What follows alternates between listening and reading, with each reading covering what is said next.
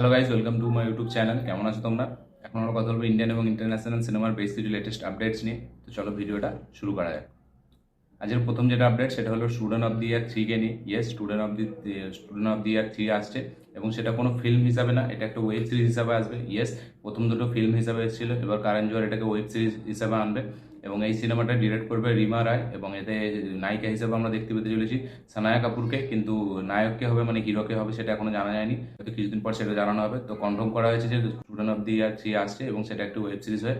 তো এবার দেখা যাক ওয়েব সিরিজ হয়ে এটাকে কিভাবে প্রেজেন্ট করে কারণ জোহর, এটাই দেখার বিষয়। তো ডিরেক্টর রিমা রায়, তো দেখা যাক এটা কেমন হয়। আজ পরের ব্যাপারটা আল্লু অর্জুন এবং অ্যাটলিকে নিয়ে। তো কালকে এক্সক্লুসিভলি এটা জানানো হয়েছে যে আল্লু অর্জুন এবার অ্যাটলি দুজনে একসাথে কাজ করতে চলেছে, এবং এর অফিসিয়াল অ্যানাউন্সমেন্ট 8 তারিখে আসতে চলেছে। শোনা যাচ্ছে এই সিনেমার শুটিং চালু হতে পারে অক্টোবর থেকে এবছরের, এবং এই সিনেমাতে যে ফিমেল লিড সেই হিসাবে সেই জন্য সামান্তাকে কাস্ট করা হবে, এরকমই আপডেট উঠে আসছে। সামান্তাকে এই রোলটা অফার করা হয়েছে, এবং সেও এক্সাইটেড। সে একটা গ্রিন সিগন্যাল দিয়েছে, যেহেতু সে অ্যাটলির এর আগে দুটো সিনেমাতে সে ছিল, মার্শাল এবং থেরি, এবং আল্লু অর্জুনের সাথে তার কেমিস্ট্রি যথেষ্ট ভালো, এবং তারা দুজন খুব ভালো বন্ধু। তাই সে গ্রিন সিগন্যাল দিয়েছে যে এটা করার জন্য। তো এবার দেখা যাক ফাইনালি অনবোর্ড আনা যায় নাকি সামান্তাকে।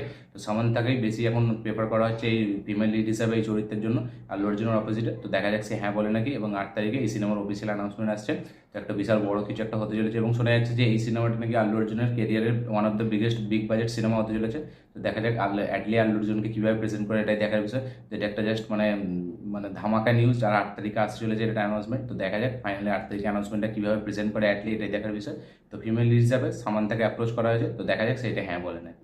পরের ব্যাপারটা ওয়ার 2 থেকে। তো জুনিয়র এনটিআরের বাবার রোলে আমরা জগপতি বাবুকে দেখতে পেতে চলেছি। ইয়েস, এরকমই একটা আপডেট উঠে আসছে যে জগপতি বাবুকে আমরা জুনিয়র এনটিআরের ফাদারের রোলে দেখতে পেতে চলেছি ওয়ার 2-তে। তো এবার দেখা যাক সেটা কি কোনো একটা নেগেটিভ ক্যারেক্টার হয় না পজিটিভ, এটাই দেখার বিষয়। তো জগপতি বাবুকে আমরা ওয়ার 2-তে দেখতে পেতে চলেছি। আজ পরের ব্যাপারটা অক্ষয় কুমারের আপকামিং সিনেমা সাংকারাকে নিয়ে। তো অক্ষয় কুমার, অনন্যা পান্ডে এবং আর মাধবন, তারা তিনজন একসাথে একটা সিনেমা করছেন।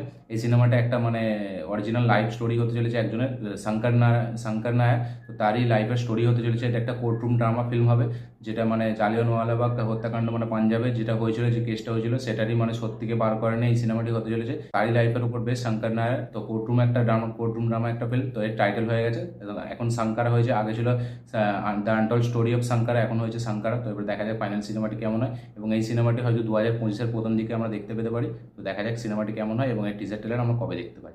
আজের পরের ব্যাপারটা শিবা কার্তিকেকে নিয়ে। তো এয়ার মুরুগান এবং শিবা কার্তিকে তারা দুজনে একসাথে একটি সিনেমা করছেন এই মুহূর্তে, যেটা SK23 নামে এখন টাইটেল আছে।